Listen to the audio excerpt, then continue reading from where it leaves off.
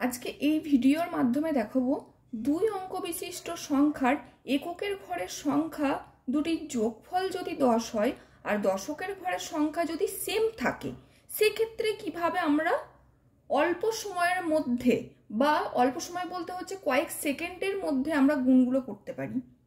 এখানে আমি কিছু সংখ্যা লিখেছি, সেই সংখ্যাগুলোকে আমি তোমাদেরকে সমাধান করে দেখিয়ে দিচ্ছি যে কিভাবে খুব কম সময়ের মধ্যে তোমরা গুণগুলোকে করে নিতে পারবে। দেখো এখানে কত আছে, প্রথমে আছে 92, তার সঙ্গে গুণ করা হয়েছে কত 98। দেখো এককের ঘরের সংখ্যা দুটো যদি আমি যোগ করি 8 আর 2 কত হচ্ছে 10, আর দশকের ঘরের সংখ্যা দুটো কিন্তু হচ্ছে কি আছে সেম আছে, তাহলে 8 আর 2 কত হচ্ছে 10। তাহলে দেখো এখানে দেখো 7 আর কত হচ্ছে 3 আর 7 কত হচ্ছে 10 হচ্ছে। তাহলে এখানে আমি যতগুলো এখানে সংখ্যা নিয়েছি সব সংখ্যাগুলোর কিন্তু এককের ঘরের সংখ্যা আছে, যোগ করলে আমি 10 পাবো, আর দশকের ঘরের সংখ্যাগুলো কি হচ্ছে যে সেম আছে। তাহলে দেখো এখানে 92 এর সঙ্গে 98 আমি কি করে 1 সেকেন্ড বা 2 সেকেন্ডের মধ্যে এই অঙ্কটা সমাধান করতে পারি বা এই গুণটাকে করতে পারি সেটাই তোমাদেরকে দেখাচ্ছি। প্রথমে আমি কি করব, প্রথম নিয়ম হচ্ছে এককের ঘরের সংখ্যা দুটোকে আমি গুণ করে দেবো। তাহলে এখানে 2 আর 8 গুণ করলে কত হচ্ছে 16 হচ্ছে, তাহলে 16 বসিয়ে দিলাম।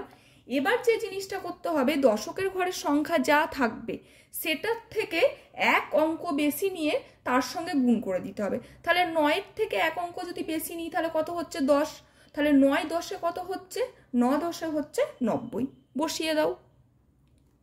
এখানে কত আছে 3 আছে 7 আছে, যদি গুণ করি 3 7 কত হচ্ছে 21, 6 থেকে এক অঙ্ক বেশি 7 6 7 42, 6 আর 4 কত হচ্ছে গুণ করলে 24, আর 5 থেকে এক অঙ্ক বেশি 6, তাহলে 5 6 কত হচ্ছে 30, 9 আর 1 গুণ করলে কত হচ্ছে 9। হ্যাঁ, এক্ষেত্রে দেখো একটাই সংখ্যা বেরোচ্ছে, কিন্তু সেক্ষেত্রে কি করতে হবে, আমাদেরকে বাঁয়ে একটা শূন্য বসিয়ে একে 2 অঙ্ক করে নিতে হবে।